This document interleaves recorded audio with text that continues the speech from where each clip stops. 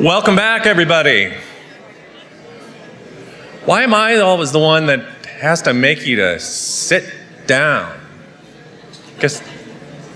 I hope you enjoyed the morning. I felt it was an amazing group of people, so thanks for that. The mixologists are really rocking it, and we couldn't be prouder. We've got some more fantastic mixologists and speakers waiting in the wings, but before that, you know what time it is. I'd like to thank Walt Disney Imagineering, Wanda, Universal Creative, SeaWorld Parks and Entertainment, the Hedema Group, Christie, and Chimelong Group. I read them in reverse order just to help you get a fresh experience. Now I'd like to present the winner of TA's coveted Next Gen Scholarship. Here is Ariel, our Next Gen Chair.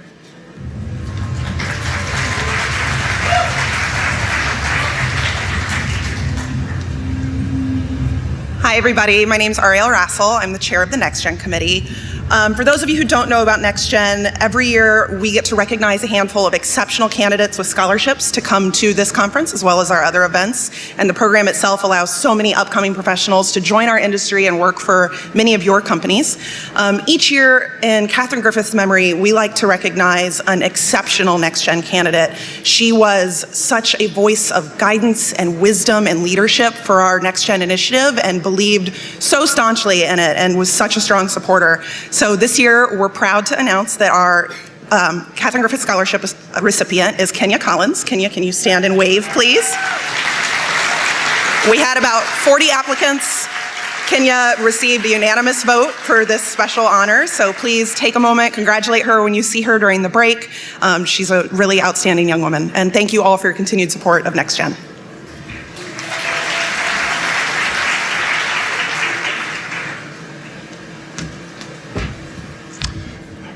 Thank you, Ariel, and congratulations, Kenya. It's awesome. Here to present our third SATE pillar, technology, is President and CEO of Animax Designs, Mr. Chuck Fawcett.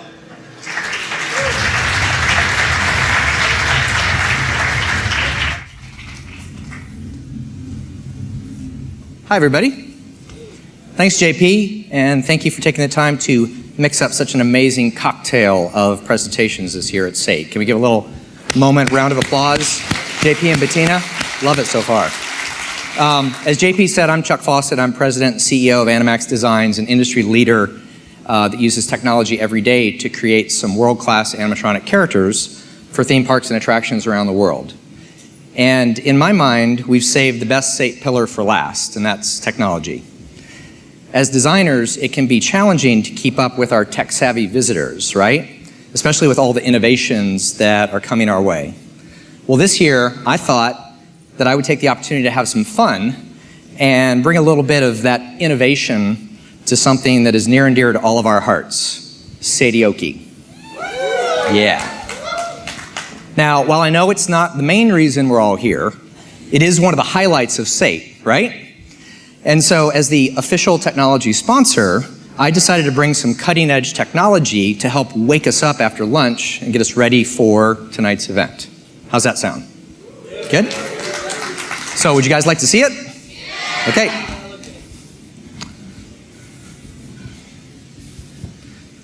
Maestro, may I have a drum roll, please?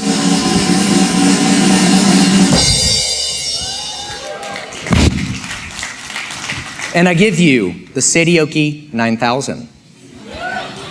Ta-da! Now, I know what you're thinking. This is just some old school boombox, right? Nothing special about it? Wrong. This thing is actually loaded with some really cool high-tech features. Would you guys like to see it? Yeah? Okay. I have my fancy schmancy remote control here. And a 1, and a 2, and a... Oh, yeah! What's up, party people? I told you it was cool, right? What's up, Sadie? What's up, Chuck? Are you guys ready to learn how to karaoke? Yeah? What do you think, guys? All right, then can I see all my party people on their feet? No one? We got a couple. You? Well, fine. Not If me. you guys won't do it, I'll do it for you. Oh, yeah. That's what I'm talking about. Nice legs, Sadie. Oh, thanks, Chuck. How's it going, people? Are you ready for the party tonight? Well, I think Chuck should go first. Oh no, I actually don't do karaoke. Well, first off, Chuck, it's called karaoke. It's going to be the party of the century. I'll show you how to do it. Grab that mic and follow me. Okay. I can do but help you dance. It's good creeping up on you, so just dance. Your turn. All those things I wouldn't do, just dance. That's it, Chuck. Ain't nobody leaving, so let's keep dancing. Can't stop the feeling. Yeah, Chuck. More or less. Just dance. Can't stop the feeling. You got it. Yeah. Dance. Come on. How was that? You guys pumped up? Woo! Thanks, everybody. You can sit down. So if you guys are really nice, Sadie might show up tonight and make a special appearance at Sadioki, right? If you clap loudly enough. You like me. You really like me. Sadie? Alright, now I expect to see Chuck and everyone in this room at Sadioki tonight. That's right. Every one of you. Promise? Yeah. Pinky promise. Pinky swear. Okay. I don't have any arms, Chuck. That's rude. Bye, Sadie. Okay, bye. Where's my handler? Ramon? Oh, Ramon, thank you. I have an itch in the back of my coat. Could you just give that one spin? Well, I guess that proves the point that with a little technology, anybody can karaoke, right? And when we combine the latest technology, there you go. When we combine the latest technology, Hey, guys. you ham. When we combine the latest technology with story and architecture, the result can be, well, a little mind-blowing. And speaking of mind-blowing, here's JP to introduce our next segment. JP? Thanks, guys.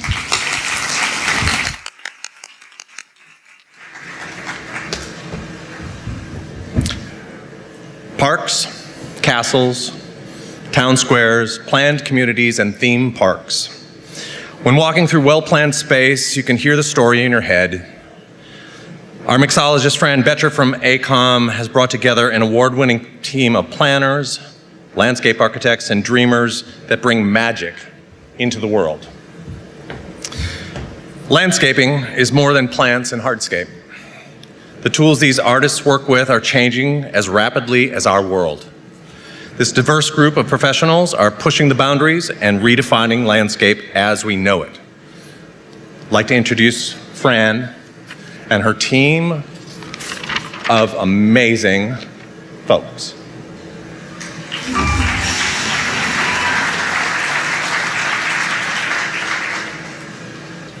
Good afternoon. When John Paul had asked me to be a mixologist, I was super excited about the opportunity to lead a presentation on the key core principles of SATE. I too made the connection between mixology and alcohol. So you will see it on your tables, this beverage napkin. This beverage napkin, we've left spaces here for you to take notes or sketches, since this is a presentation on design and creativity.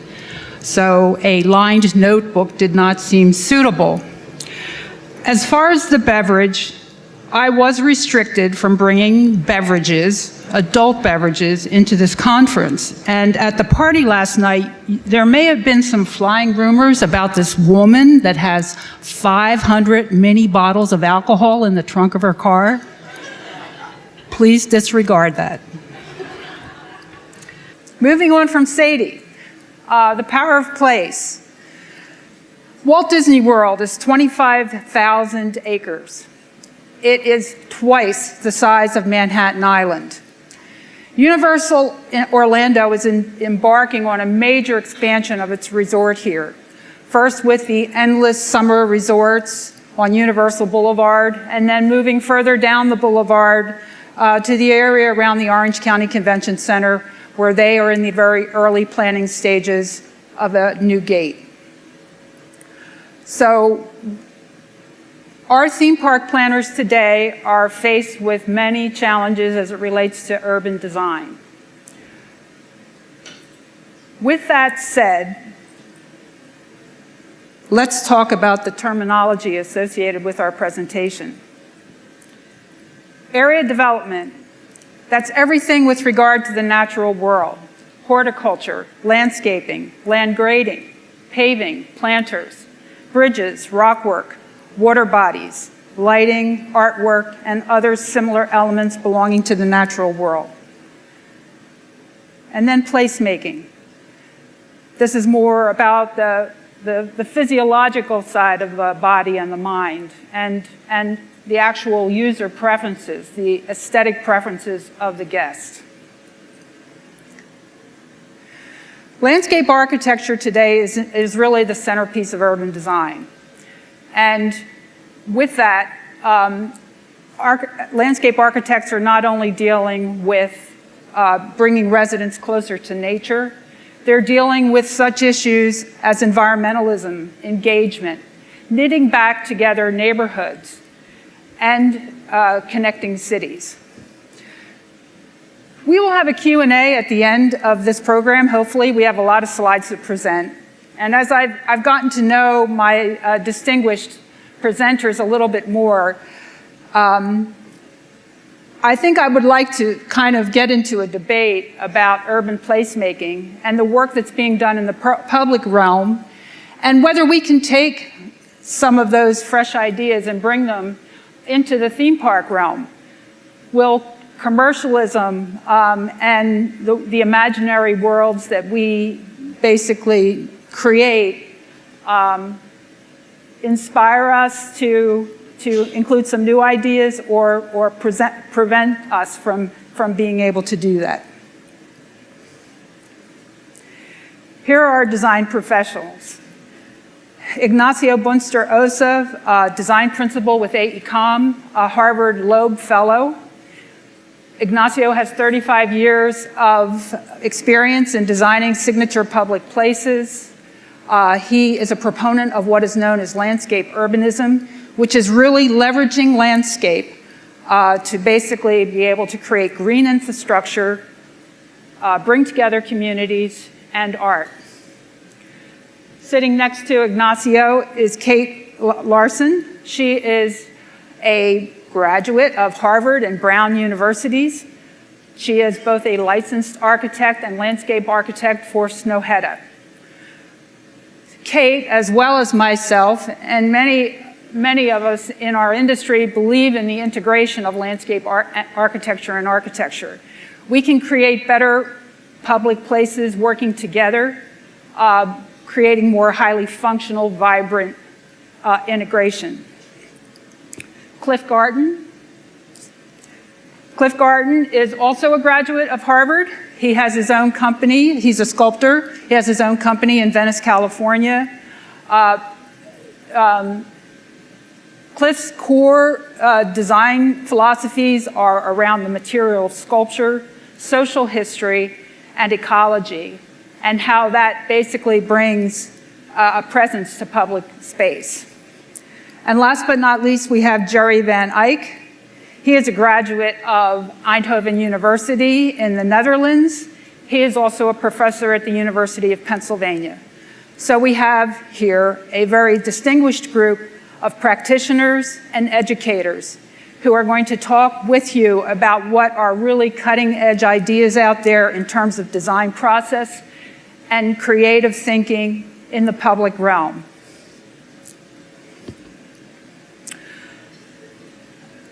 So let's talk a little bit about theme parks. Time magazine, it published in September of this year, the world's greatest places for 2018. Basically, editors, correspondents, industry experts got together and came up with a series of criteria with which to evaluate these places. Those criteria were quality, originality, innovation, sustainability, and influence. And the winners, we have 5 theme parks on the list. Can I see with raising your hand, how many TEA members have worked on these 5 projects? All right, congratulations. Warner Brothers World, that's one of the largest indoor theme parks, 38 acres, that's over 1.6 million square feet of high quality themed neighborhoods. Themed neighborhoods that have the names of cities or towns, mythical as they might be, but nonetheless, cities and towns. Gotham City, Metropolis, Cartoon Junction, Dynamite Gulch, Bedrock, and Warner Brothers Plaza. Oriental Science Fiction Park, China's first virtual reality park, intended to inspire dreams through science and technology with over 35 planned VR and AR experiences. Morgan's Inspiration Island in San Antonio. This is a water park with heightened provisions for people with disabilities, such things as different water temperatures and waterproof wheelchairs that can totally access the water attractions. Pandora raised the bar in terms of technology with regard to art and horticulture. It features a botanical garden that glows at night. Responsive plants are the most intriguing element of Pandora. If you touch a leaf or a stem, you get a reaction, whether it be sound or visual or something else. And then voice recognition allows for the guest to have a personalized experience with that plant. And then Tivoli Gardens, the third oldest theme park in the world. It packs in a lot of entertainment in its 15 acres, continually innovating and introducing new rides. It is both a pleasure garden and an amusement park. Over 25% of those 15 acres are landscape gardens. And at this point, 100 years later, Walt Disney visited Tivoli to form the inspiration for Disneyland. According to Christopher Alexander, urban architect, Disneyland was a good combination of context and form. Walt Disney wanted to create a family-friendly, clean environment for families who enjoyed Disney films to come and enjoy the films in an imaginary world. There had to be a framework that was created with which the guests could basically interact with that environment and relate to it. The park was originally planned on a much smaller lot back in the production studios, but the city of Anaheim had basically rejected that idea. And then Walt was basically provided with a clean piece of paper with which to lay out his park. So those organizing principles were very important, and he drew on what were fundamentals in terms of placemaking to create his vision. Those fundamental areas of organization were neighborhoods. Once again, that connection back to the urban environment and the neighborhoods that we all are familiar with and grow up in. So too, he needed a sense of organization to help wayfinding and for people to understand how to move around the park. So basically, in his neighborhoods, he always had the same types of elements. Very, very distinctive attractions, but then restaurants, retail, guest services, and other attractions. Governor's Island, also on the list of the world's greatest places. There were 3 public parks that were listed in Time Magazine's publication. Governor's Island is in New York City. It was 174 acres of basically unused land, abandoned land. It used to be an old Coast Guard facility. It was a location for landfill, to dump landfill. And the Governor's Island Foundation, some very inspirational leaders, decided to get together and create something very unique for New Yorkers. The design strategies that were used to develop this park, of which 87 acres of that 170 were developed as a public park, included creating a sense of a green island, an island like no other, a carefree island.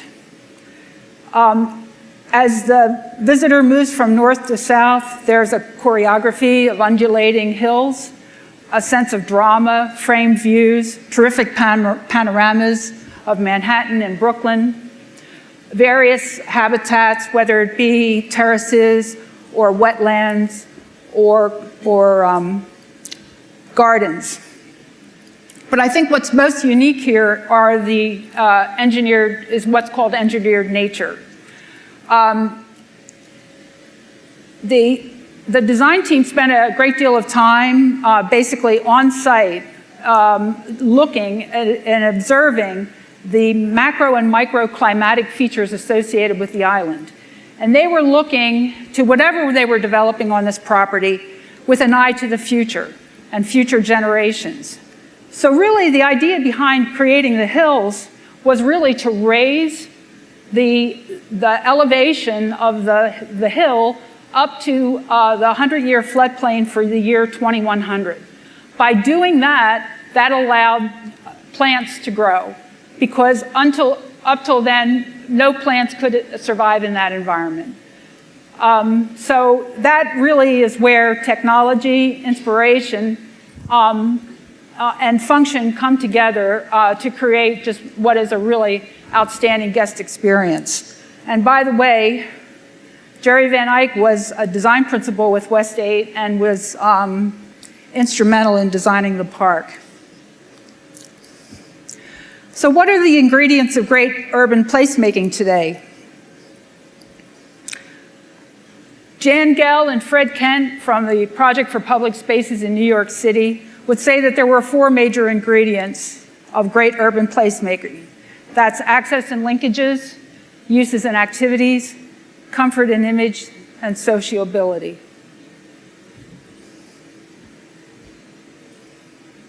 So let's look at those ingredients as it relates to the theme parks that we work with and design to. Access and linkages. The connection to accessibility is really, in order to have that connectivity, it needs to be connected to your surroundings, whether that be visual or physical. There always needs to be that connection between walkability and connectivity. Modes of transportation that take up less surface area, such as boats, gondolas,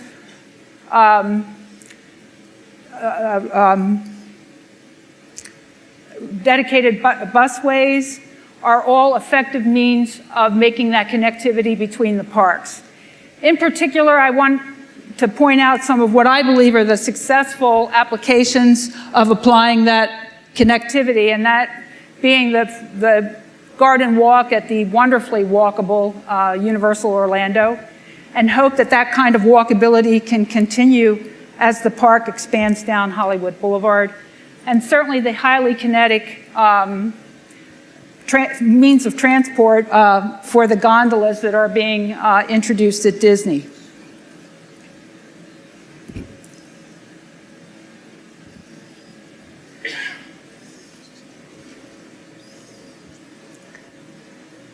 Uses and activities. There needs to be activities for a person to go to a place and to return. The theme parks provide plenty of activities. Actually, it's our core business, attractions. We offer a variety of attractions and experiences for a variety and a diversity of users throughout the day and the night. Real quickly, human scale, climate control, sensory experiences are so important to the uses and activities that we produce for our guests. And for me personally, Diagon Alley, and it's been mentioned throughout this conference, provides those 3 sensory experiences. human scale, climate comfort, and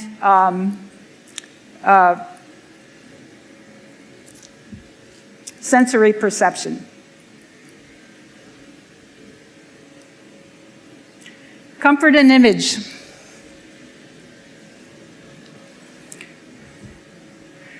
Obviously, in order to be comfortable in a space, you have to feel that it's clean and safe and that there's plenty of places to sit. And I can't emphasize enough that there's been full books written on the subject of giving people the ability to have a place to sit of their choosing. In theme park design and master planning, we often look at our water parks or our hotels or our RD&Es as providing what are our oasis for our guests to rest and relax, away from the overstimulation of all of the great attractions that we offer them. I guess the question I have is there an opportunity for us to provide a level of comfort, a heightened level of comfort within the parks themselves? Sociability, the hardest ingredient to achieve.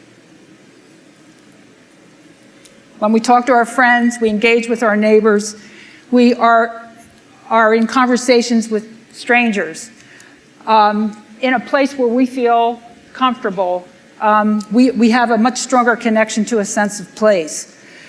And so I guess I ask again, do we have the ability with which to improve the comfort of the guest experience within the theme park itself?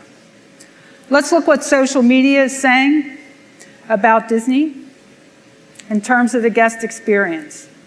Certainly, the most mentioned elements are dark rides, parades, character greetings, and coasters.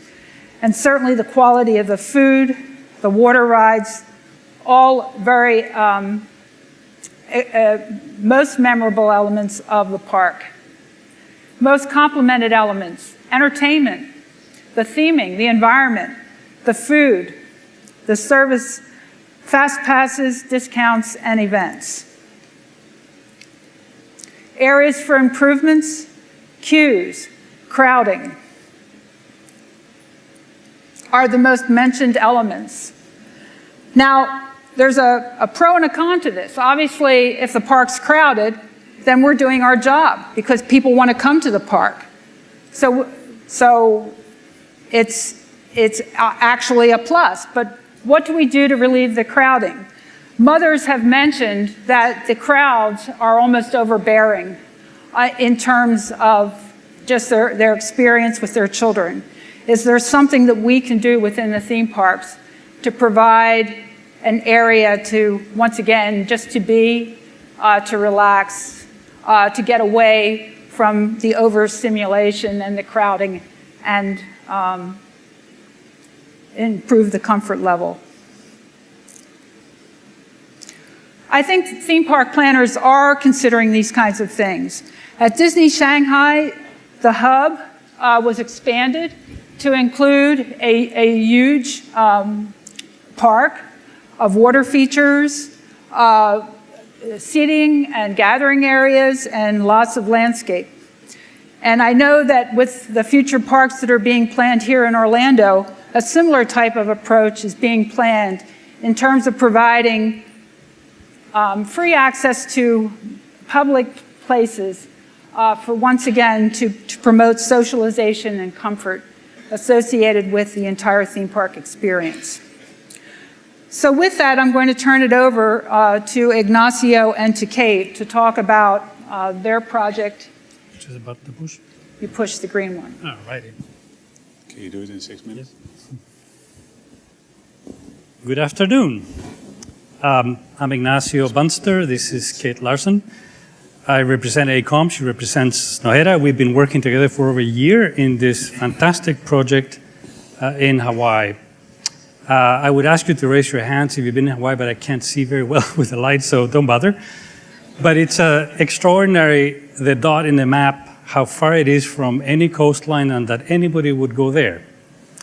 There's plenty of beaches around the world, there's plenty of mountains around the world, but there's one place that combines culture and nature in very unique kinds of ways. 9 million visitors a year. That's not quite to the level of Disney World, but I wonder if Disney World were there, how many people would go. This is the project site.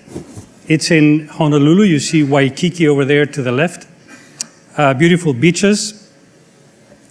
This is what most people think of Hawaii. Flowers, interesting costumes, interesting dance, beautiful landscape. We, from a design point of view, pay attention to the things that are the foundational qualities of a place.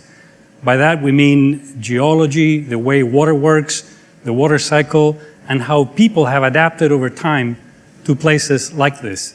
This is the source inspiration for the work that we do as landscape architects. We pay attention to the small little things, the fact that there's tiny little coves where the lava has flowed into the ocean. And these are the coves that the native people learned to use for fishing. Instead of going out on a boat, they would cast their nets in the fishing holes. Eventually, they learned how to craft holes out of the landscape, even to this day. This is part of a famous resort in the Big Island. They grow the fish there and they cook it later. It's a very important part of this culture. The site that you see there is the Blaisdell Center, which is the premier entertainment, cultural facility in Hawaii. It encompasses an arena for about 7,000 people, an exhibit hall, concert halls, and the like. It's a little bit aged, as you see there in the picture. It dates back to the 60s when the Jetsons were famous. And the project has to do with redoing all of it, ground up. We pay a lot of attention to the features of the landscape that inform architecture and landscape, the way that land is formed. And we pay attention to what existed here before.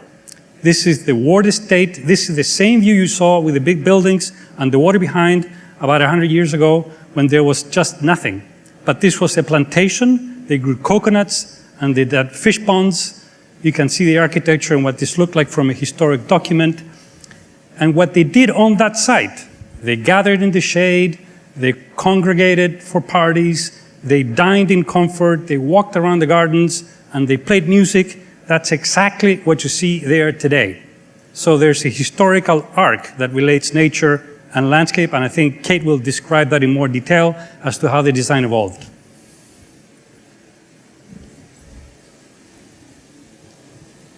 So these show some of the existing buildings today. And our project actually proposes to keep 2 of the buildings and renovate them. The concert hall is on the left in this image, and then the arena is on the right. And then we are proposing to rebuild the exhibition hall and combine it with a performance hall. So each of these venues has a different capacity and a different acoustic quality to cater to different types of events. We then are combining it with a combined back of house to utilize the efficiencies of sharing between the venues. And with that, we are raising the topography over the back of house in order to create a unified campus. We are replacing the surface parking with 2 parking garages and working together with the architecture and landscape to create a campus event. By eliminating the surface parking, we were then able to gain back all of this space for exterior programming, social events, and activities. And you can see here we are starting to develop different areas of the site with different characteristics in order to promote a diversity of activities. They already have a lot of community activities such as farmers markets and educational workshops and things on site, but the new exterior gardens will promote that and also allow for events to reflect some of the events and performances that are happening within the buildings and bring them outside. You can see here that we are starting to shape the different characters of the spaces through the vegetation, creating some open spaces, creating areas that are defined by water features, and areas that are defined by hardscape. And building on what Ignacio is talking about, we identified early on 3 main cultural concepts. And I'm not going to try to pronounce it in Hawaiian for you, but activate water, gather community, and celebrate culture. And each of these come into the design in different ways. So as Ignacio mentioned, we look to the shoreline and the natural geologic formations to start informing how the campus might might be organized and how the different materials might come into play, pushing and pulling like the tides from the streetscape into the buildings. We also looked to some of the landscapes that are used for food cultivation. The Loei Terrace, for example, in Hawaii is used for producing taro, which is a major food source. And it's a terraced landscape where the water moves between. And you'll see in a couple of slides that we have integrated that into a garden aspect of the site. So we developed a few different systems, some of which are more technical in nature and dealing with stormwater and sustainability and treating the stormwater on site. The bioswale moves from Mauka to Makai, which in Hawaiian is a major concept. It means from mountain to ocean. And it's all across the islands, it's how they give directions. You point to something as being Mauka or to Makai. They don't use north, south, east, and west in the same way that we do. You can see there's also the dark blue is a fish pond. There is a fish pond on site. Currently, we're continuing that use, and as Ignacio mentioned, that's a huge part of Hawaiian culture is cultivating and using active fish ponds for fishing. There's an interactive water feature to bring in a more civic nature to the site. And then the Loei Terrace is a water feature and garden space that snakes up and navigates the topographic change between two of the buildings. And because of that topographic change, we are designing a space that we think will be really great in that you will have a varying relationship between the landscape around you as you navigate through. It's an ADA accessible path and a stair. And in some cases, you can see the little vignettes on the top. Some cases, you'll be adjacent to the landscape. In some cases, the water will be above you. In some cases, it'll be below you. There might be other circumstances where you can sit next to it on a seat wall. And we find in our practice that that's really the most successful type of public space, one that has a variety of different types of seating, different types of spaces. It brings in, and I think to Fran's point earlier, it allows for spaces that you can go and rest away from the fray. You can be out in the middle of it if you'd like, but it creates a variety of different types of uses. And this is a view from the top of the Loei Terrace. So you can see how the path weaves in and out and the water moves under the path, and the garden sometimes even spills up onto the buildings around it. We've also tried to integrate that varying relationship with the water's edge through the fish pond. We imagine that the fish pond edge down at the lower level will be more of a deck with a wooden surface, and you can get down, be close to the water, see the fish. It's also, there will be a small coffee stand tucked into the berm on the side. So that way you can go grab a cup of coffee. We imagine it more like a grotto effect. So that way a little bit quieter, less programmed. We don't imagine events happening there. So you can go and relax near the waterfall and really take in that quieter moment on site. You can also experience this from the path that goes above. So again, trying to bring in a varying relationship with these different landscape elements. You can see then the fish pond, the waterfall, and then also in this image you can see there's a small VIP terrace that's associated with the arena, so that VIP ticket holders can get out toward the water in another sort of way. Oops. So moving on to gathering community, as you know, this has been a site that has always brought people together. And we looked again to the geologic formations of Hawaii to think about, again, how we might create large spaces and small spaces and tuck these into the buildings as well as the landscape. You can see here one of the larger gathering spaces with the interactive water feature. There's a stage that is also a lawn. We imagine it as an informal stage where someone with a ukulele might come out to play at the base of the Loei Terrace that goes up between the buildings. And then also there's a lawn space that with a seat edge around the interactive fountain. And you can see here some of the coconut palms that are actually original to the Ward estate. We're trying to keep as many as possible and integrate them into the design. And then on the upper terrace, we have a very different sort of environment. We've tried to use more artificial shade structures in this area versus the trees on the ground level. and introduce a large lawn landscape for people to sit, as well as different types of seating.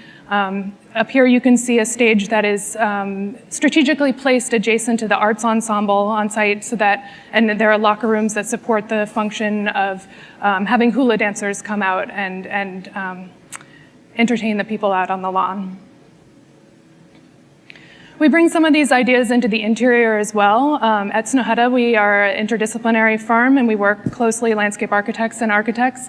And so I included this slide to show, again, one of the principles that we're using in both interior and exterior of the large spaces and the small spaces. There are small seating nooks tucked in, the yellow spaces in the back are small seating nooks tucked into the stairwell as you move from the lower level to upper level interior. And then finally, celebrating culture. A lot of this came out of dialogues with people from the community, stakeholders, the owner, and we learned a lot about the center as it is today and the meaning of the center in Hawaiian culture. Graduates, this is where all of the graduation ceremonies occur from, I believe, all of the islands.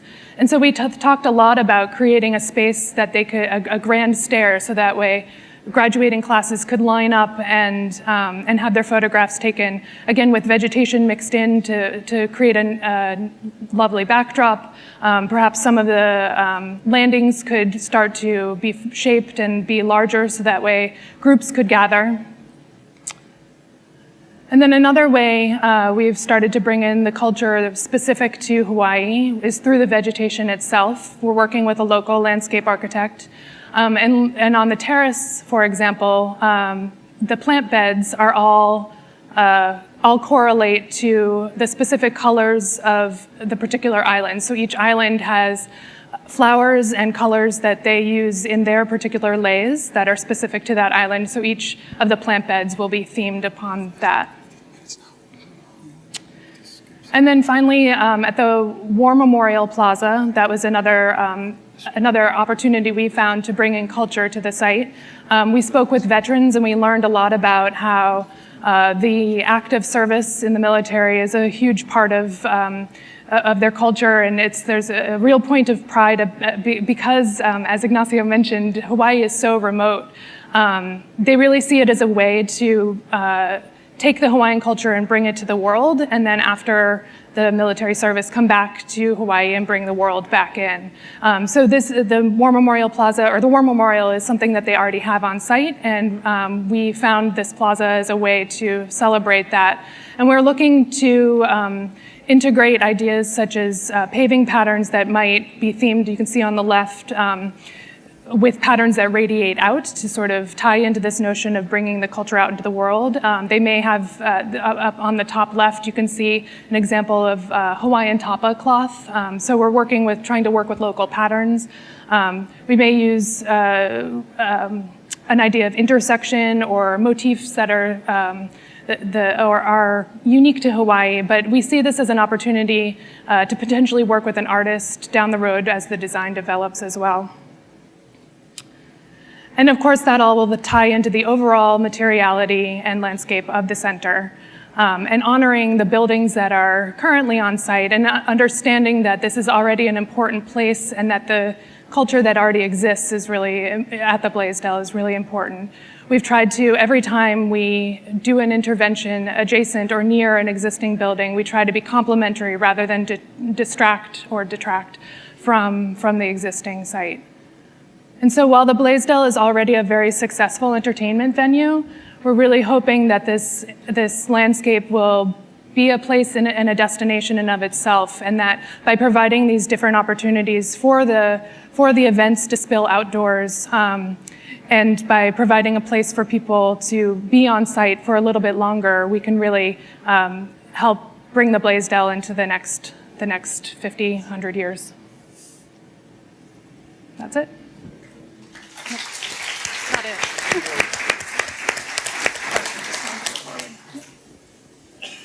Hi, my name is Cliff Garton. I run Cliff Garton Studio in Venice, California, and as an artist, I address the public realm, how we live in the public realm.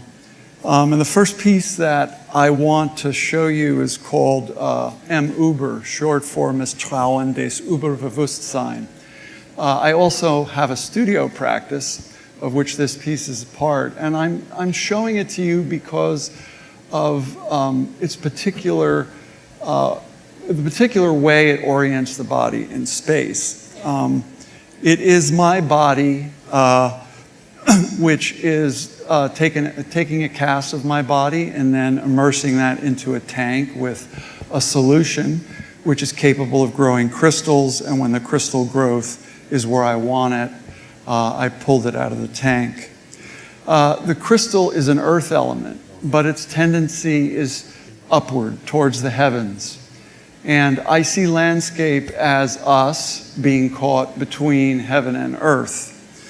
And so this is what Misstrauen des Überbewusstsein, loosely translated as mistrust of the extrasensory, is about. Its feet up to the heavens and head down to the earth. The crystals are very beautiful. Why am I showing you that about public space? Because I feel that the way the body is held in public space is very important. And in terms of the way that we build public space most of the time, and especially our infrastructure, we don't do a very good job of that. This is the Baldwin Hills Conservancy, the largest open space, one of the largest open spaces remaining in Los Angeles. And we were charged to take this typical highway bridge, the brutal construction as usual of chain link and concrete, and turn it into an entryway to the Conservancy. We studied the landscape, and it's a coastal sedge ecology.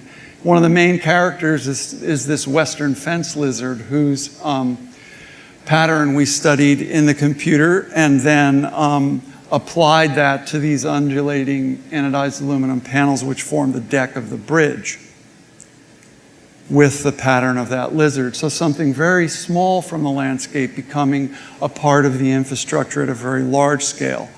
It's very beautiful when illuminated at night. And so for a project that you are going to look at for 50 to 100 years, is it worth it to spend 2% more to make the deck look like this instead of looking at this?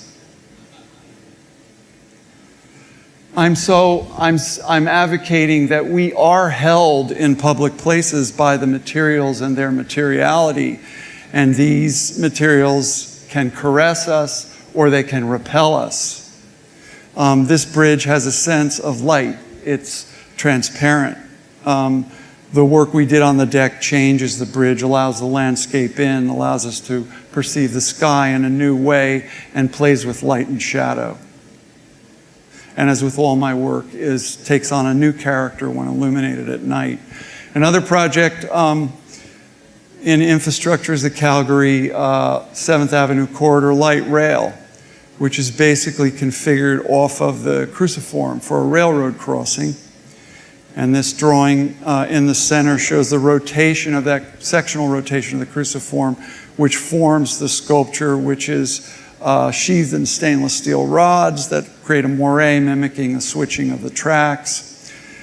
All of our work is digitally designed in Rhino and Grasshopper, and it's engineered in CATIA. There's no other way to tell if something like this will stand up. But the interesting thing about that is that when we build the work, it's back to the Renaissance because it's all handcrafted or cast. So to use digital technologies, knowledge of material and materiality are very important.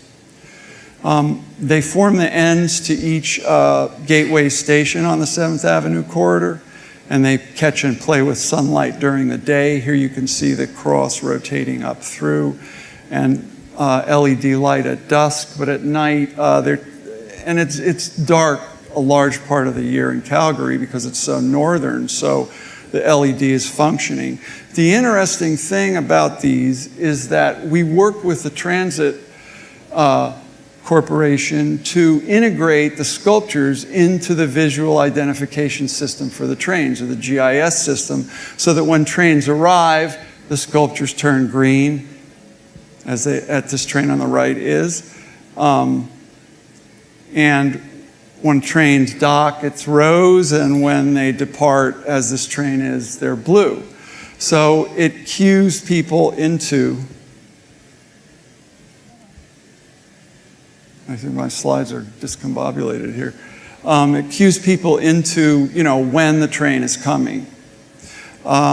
So the sculpture then becomes a living and working part of the infrastructure. I see.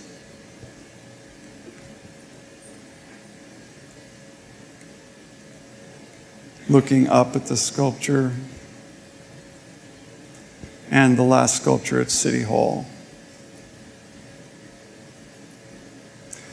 This is a project in Juneau, Alaska called Aquelians. Aquelians is a mashup of the Latin term for eagle and whale, two prominent characters in the Alaskan coastal ecology.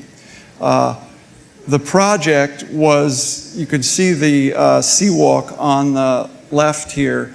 The project was to take that and they moved the dock out because there was too much congestion for the community of tourists coming in on the seawalk.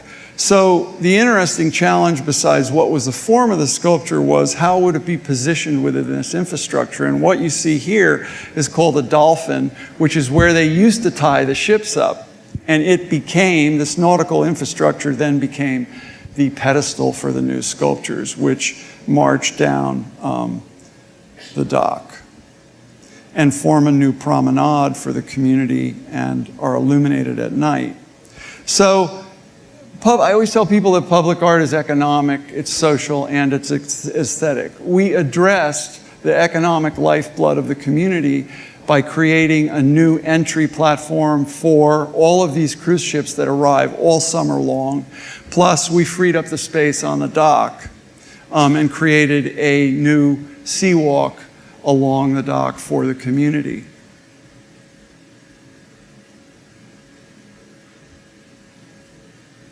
And it ends in the fluke of a whale. So it's been really well received and embraced by the community. This is a community that was tending towards, a more traditional sculpture. This is a project called Ribbons, which was a commission from the Art and Architecture program for the General Services Administration, one of the first art and architecture programs in America. It's the courtyard for their Pacific Rim headquarters in San Francisco, and it's a Beaux-Arts building built by Arthur Brown, who was the same architect for the City Hall. This is the lobby, and this is before we started work on the courtyard. And so I laid down a bilaterally symmetrical motif as part of the Beaux-Arts vocabulary on the ground plane, which joined the two steps that people cross the courtyard to get from one side of the building to the other. And then from that medallion form in the paving, you're led to the steps. And it also creates these benches which rise and fall through that courtyard and create corridors for passage to these fountains at either end.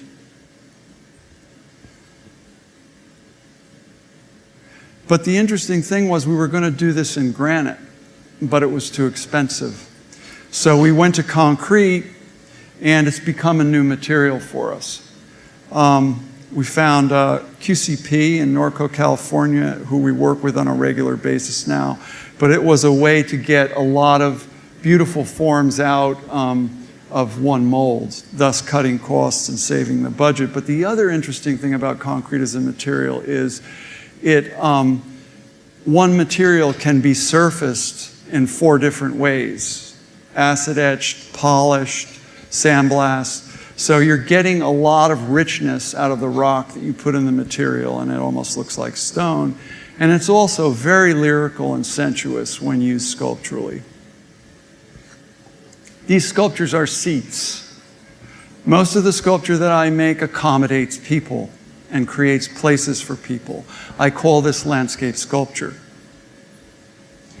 It also is a matter of how these forms interact with the landscape. So the lushness and bloom in the spring or the starkness in winter. The project is decidedly a horizontal piece to counteract the verticality of and the hierarchy of the Beaux-Arts architecture. Here's a fountain seating area. The fountains are carved solid granite, and they position themselves where original fountains were in the 1932 plan. But in its horizontality, the white birch that are planted provide a vertical element. And in this kind of work, I don't really see a big difference between what I'm doing with a tree and what I'm doing with a sculpture. They're all part of the same vocabulary.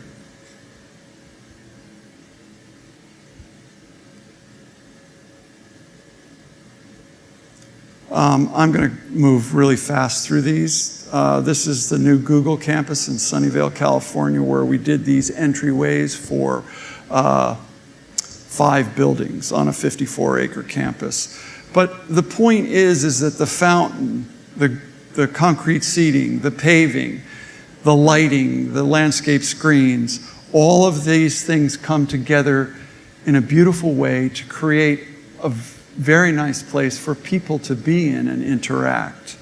So the landscape sculpture uses sculptural elements like granite and bronze, but also mixes them with landscape elements of water and grasses. And you see the concentric rings follow out from the inside of the fountain through the paving and then through the planting. How are we doing on time? I understand that, yeah. We have 15 minutes. We have 15 minutes, okay. I'll take one of those and then you can have the rest. I won't be able to show you Los Angeles opens its heart of compassion. This is a piece on Wilshire Boulevard in the heart of Koreatown, which is a large lotus sculpture cantilevering off the building, which is always illuminated white and then changes color. The screen, that is, changes color, and here it is, what you'll see. It's about 90 feet long, 45 feet tall, and the sculpture itself is 20 feet. So it has a big scale for a very big street.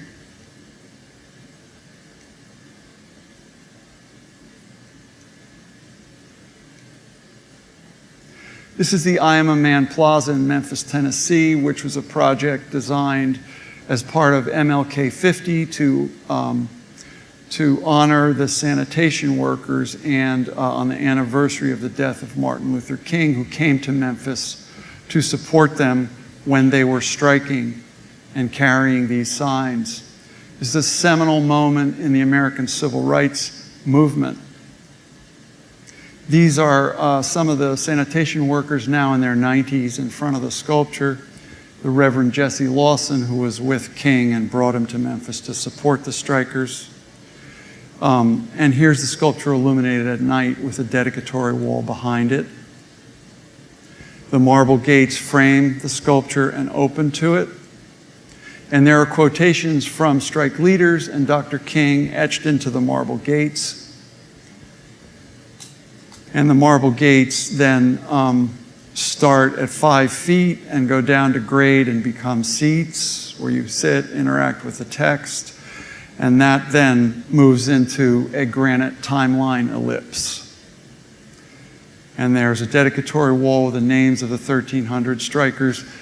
When you do a project like this in a community, you really have to hear from the community. So we ran a series of 4 different community workshops where people brought oral histories about the strike, their memories, which were discussed, and I engaged a local poet and spoken word artist Steve Fox to work with us to help compose a community text, which this girl is touching and is etched into the marble wall. One side of the sculpture is bronze, but in that is etched King's last speech. I've been to the mountaintop given on the night before his death, before he was assassinated in Memphis. So that is how the light comes through the block letters of I Am a Man, joining his efforts with the strikers. And the opposite side is polished stainless steel, where you see your reflection and confront your own racism in Dr. King's text.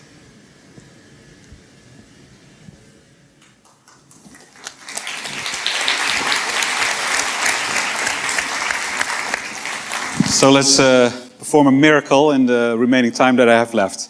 MELC is a cross-disciplinary design firm, and we're based in New York. And I'm the founder. We have projects in 5 continents in the world.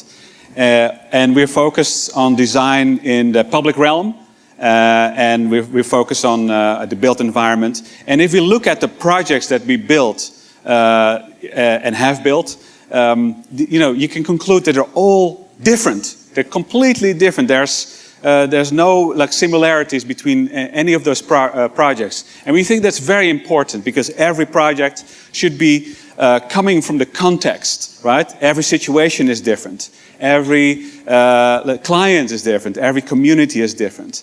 And that's how we try to establish these unique identities, these unique characters for cities. But it's not about just the aesthetics or that character. When I turn around these pretty pictures, it's really what our projects are designed for people. They're designed for people. They're dedicated to people. We believe that people are the users, the ultimate owners of our project. And there should be a built-in sense of ownership and civic pride, let's say. If I turn around these pretty pictures, then we go a little bit deeper in what our philosophy is, which is the fact that it's all a sort of holistic process, from the larger concept to the finest detail. We are meticulously focused on detailing and construction. And with constructability, of course, comes sustainability, durability. Sustainability, I don't mean ecological sustainability, because that's a sort of a given at this day and age, but think of cultural sustainability and social sustainability as well. And that basically appears in all the projects that I've done over the years, such as Jubilee Gardens in London, where you can see light references, hidden cues almost to the rolling English landscapes and the white cliffs of Dover, or the Toronto Central Waterfront in Canada. Right? It's it basically revived the connection with the city, with the water. Or like Fran showed in the very early beginning, Governor's Island in New York. And you see here Mayor Bloomberg testing out our resilient topographical design. Anyway, a few examples of our projects around those 5 continents in the world. The first one is in Moscow. We design, let's say, cross boundaries and cross cultures.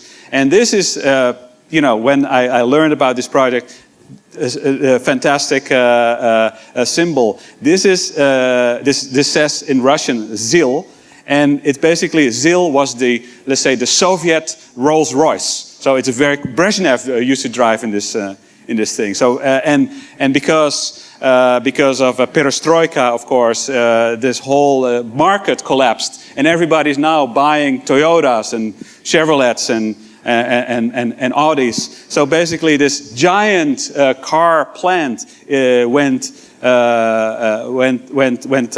bankrupt, right? Since there's no market for these beautiful cars anymore. So on this entire site, currently the largest urban design in Europe is designed by a Russian architect, and we were asked to design the public park in that area.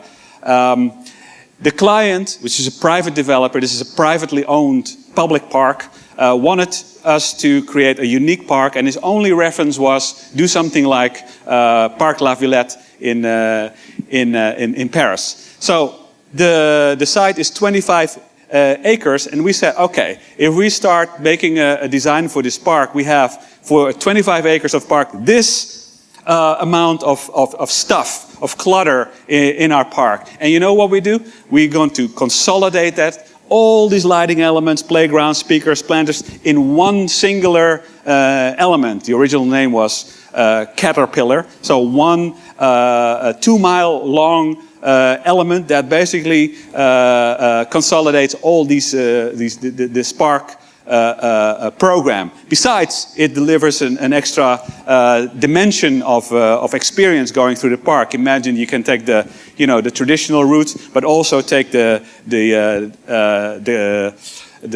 Caterpillar route, let's say. So this park is built, And I'm going there in a couple of weeks because it's quite successful, and they want to like put a medal on me or something like that. Maybe I get to shake hands with Putin, like our president, but or your president. Anyway, it's super successful. The original name of Caterpillar was changed into assembly line because that sort of referred better to the automotive construction of the past. And the Russians, they really know how to use their public parks. See here, this is the assembly line and the integrated furniture. If you've ever been to Moscow or to Gorky Park, it's like, that's really how parks should be treated. Here you see the assembly line morphing into pavilions and kiosks and restaurants and architecture. And sometimes there's areas where it's an elevated walkway so people can get up there, and there's a whole different dimension on the park. At some areas, the pavilion have a new lake in front of it. And here you see, immediately after the opening, the Moscovians, occupying the park. And despite the fact that the surrounding urban fabric isn't entirely built yet, it's highly successful. You see, this is still under construction. There's maybe just 500 people living there out of 50,000 people in the future. But it's an attraction, and people from around Moscow go to this park, and it's just as a destination. A park that we're currently working on in another continent is this park in Shanghai, where basically on a very prominent location we were asked to design a park, and here you see this park, on top of a new shopping center, two-story shopping center underground. So the design is completely based on circulation as well as water management. So there's a rule in Shanghai, it's called green plot ratio, that more than 70% has to basically percolate and absorb the water, right, into the ground. And how do you do that when there's a shopping center occupying that entire site? You can't, right? You can't. So this is how we pull some tricks and bring sort of creativity to legality, let's say. So we designed a second story of park, basically huge funnels, right, that catch the water and bring the water, store it, treat it, etc., and bring it down gradually into the aquifer and whatnot. So they basically restore the ecology. They are the vertical circulation elements connecting all these levels in the park, as well as on top of it, of one of them, an observation tower. It's 110 feet high, and it's 150 diameter for the observation deck. And of course, this is an enormous potential for a sort of brand strategy for the shopping center. So in Las Vegas, we recently finished quite a cool project. And if you think of Vegas, maybe you think of this, right? The Elvis and the Rat Pack. But I mean, if you haven't been in Vegas in a while, this is what it looks like right now, right? It's the most visited tourist destination in the world, but it was never designed as such. Now all these people go there, and they're all pedestrians, right? It's not this highway in the desert anymore. So the owner of the most properties along the Strip, MGM Resorts International, approached us to think with them on a strip-wide master plan of how to improve the situation for pedestrians. And it basically means de-theming the Strip, right? It's a big word here, right? Untheming the Strip. So all these decorative elements that initially were meant to create a sort of atmosphere or illusions are being taken away to make place for all these people here in front of our site. Out, bye. So our project is completely based on connectivity, as well as establishing a real public realm with real materials, a giant leap away from this world of stamped concrete and paper mache and whatnot. So every project, every real project material, and I was talking with Cliff yesterday, materials, they resonate, they vibrate, where you feel, let's say, a space better if you use real materials and real vegetation. We used the actual, native vegetation of the desert. So, in 1 minute, we also designed the very first park along the Las Vegas Strip, heavily inspired by the desert, the Mojave Desert, and let's say the origin of Vegas, which was originally an oasis in the desert. And we used the exact same material and planting palette to create for the first time something authentic in this crazy place. So here you see how it's knitted with the Las Vegas Strip. 40,000 visitors a year, which means our park is the most visited park in the world. And despite that, we also are able to integrate quiet places, intimate places. And here you see just a few examples. Microclimate is another one. We design all our water features in-house. And you see here a unique double water wall where the temperature is about 15 degrees lower than outside of this double water wall.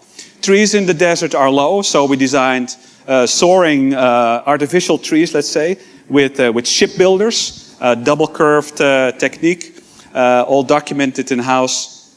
And here you see this factory basically designing or producing and mocking up our shade structures. And here you see kind of what the scale of these things are. So 500 metric ton of heavy industrial steel.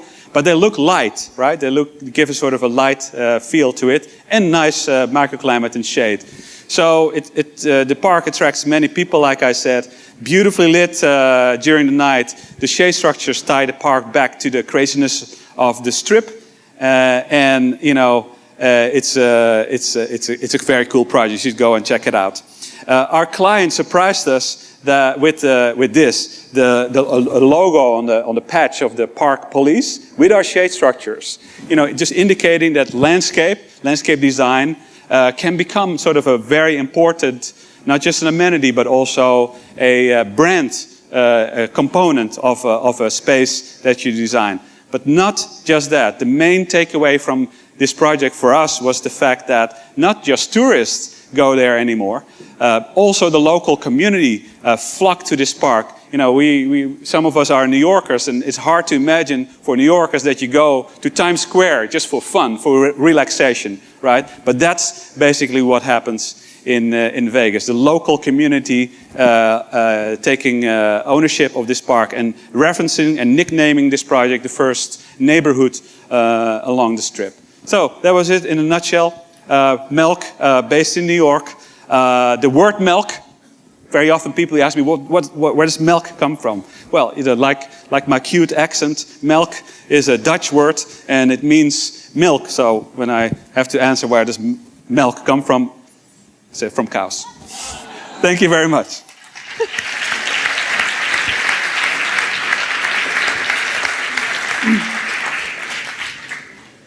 All right, we'd like to close with a quote from Jean Gau. A good city is like a good party. People stay longer than really necessary because they are enjoying themselves. And I truly hope you enjoyed our presentation. I think we now have time to open it up for questions. And so, do we have any questions from the audience? No?